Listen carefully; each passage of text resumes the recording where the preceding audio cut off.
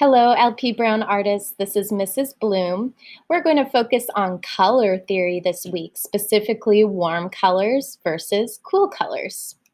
So, warm colors remind us of warm things. So, things like sun, fire, things like cinnamon, summer. Here is a visual of warm colors.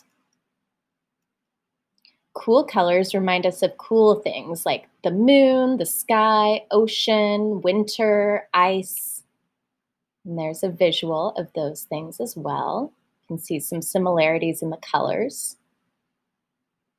So here are the warm colors: red, yellow, orange, pink, maroon, and brown. You can see those colors all kind of go together. It looks right.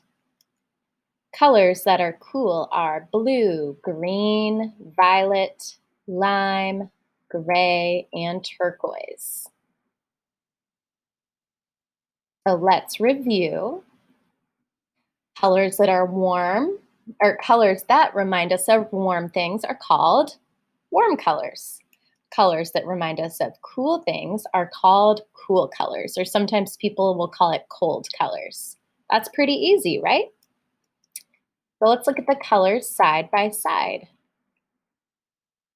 Take a moment to think of which colors you like better, or what do you feel when you look at those colors?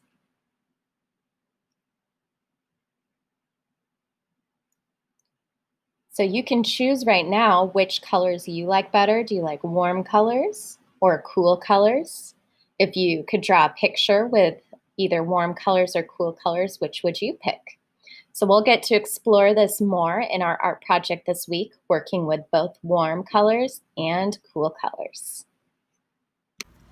The materials that you will need today are a piece of paper, watercolors if you have them, and then a black crayon or permanent marker.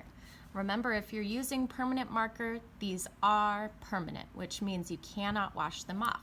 So you need to be extra careful and responsible with them. They only draw on paper, nowhere else, and you always put the lid back on. So again, watercolors, a dark marker or permanent marker or a crayon, and your piece of paper. So pause the video and get those materials together, and we'll meet back here and begin. Now we're going to begin our art project by drawing a circle. I find it very tricky to draw a perfect circle. You can do your best to draw a circle, or look around your space and see if you can find something circular to trace, whether it's a plate or this is a dish that goes under one of my plants here. So find one that takes up most of the paper but still leaves a little room. You're going to take your black marker or crayon and trace around the circle. Again, if you want to draw your own circle without tracing, you go for it. It takes practice. There's my circle. Next, I'm going to split the, sorry about my squeaky chair. Next, I'm going to split the circle in half, because half will be the sun, half will be the moon. So this is going to be a crescent moon. It'll curve. So you're going to do your curved line. Next, it has its little nose. And then finish the curve there. Next, we will draw the eyes. Now they have kind of peaceful eyes in this picture. They're resting. You can leave the eyes like that or draw some eyelashes.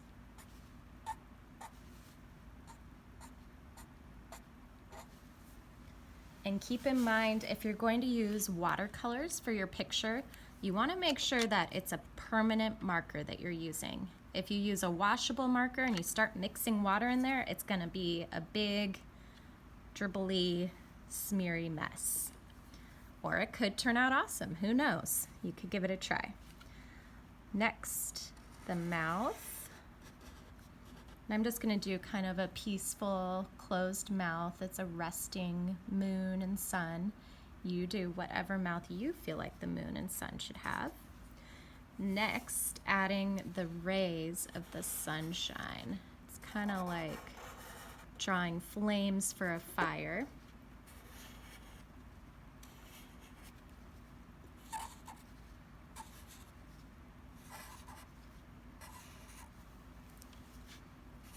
But remember, it only goes on the sun side. Looks like I could fit one more there. Okay, next, we are going to add some stars, or I like to think of it as stars and maybe snow for the cool side. I'm really hoping we get some snow this year. I love it.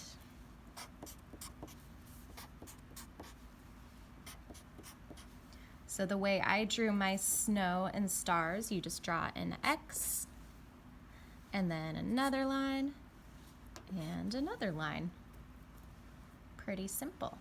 So now we have our sun and our moon. You get to start painting with your watercolors or coloring it in with crayons, markers, whatever you have handy.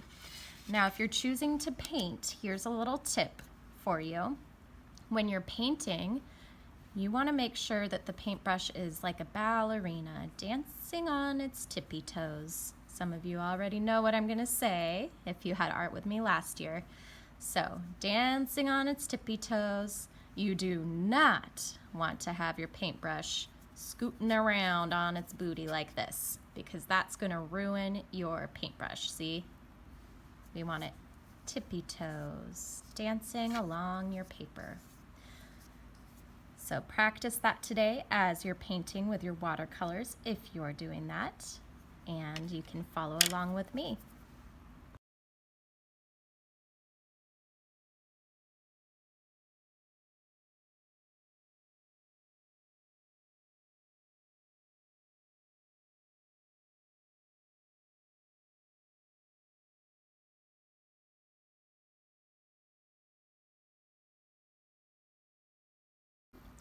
The book I'm going to share today is called My Many Colored Days. And I checked this book out from Miss Silstra in the library. Make sure that you check out some books too. It's super easy and you get to read some new books, which is always fun. So this book explains how color kind of goes with feelings. So see if you can identify what you are feeling right now. And you might feel a mix of things, a mix of colors today. Some days are yellow, some are blue. On different days, I'm different too. You'd be surprised how many ways I change on different colored days. On bright red days, how good it feels to be a horse and kick my heels. On other days, I'm other things. On bright blue days, I flap my wings. Some days, of course, feel sort of brown. Then I feel slow and low, low down.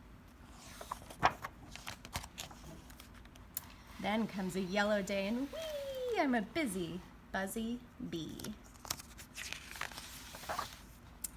Gray day, everything is gray. I watch, but nothing moves today. Then, all of a sudden, I'm a circus seal. On my orange days, that's how I feel. Green days, deep, deep in the sea. Cool and quiet fish. That's me. On purple days, I'm sad. I groan, I drag my tail. I walk alone. But when my days are happy pink, it's great to jump and just not think. Then comes my black days. Mad and loud, I howl, I growl at every cloud. Then comes a mixed up day and wham, I don't know who or what I am. But it all turns out all right, you see, and I go back to being me. The end. So when I read this book, it reminds me that it's okay to feel all kinds of feelings. One day you might feel sad, one day you might feel happy.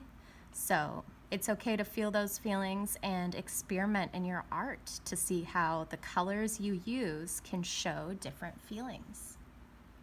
Hello, I hope you guys had fun with this project. Here is my finished product. You can see I messed up a little there, but that's okay. That happens. Look at your picture and think about what feelings do you get when you look at the sunny side, the warm colors versus the cool colors. And I'll see you guys next week.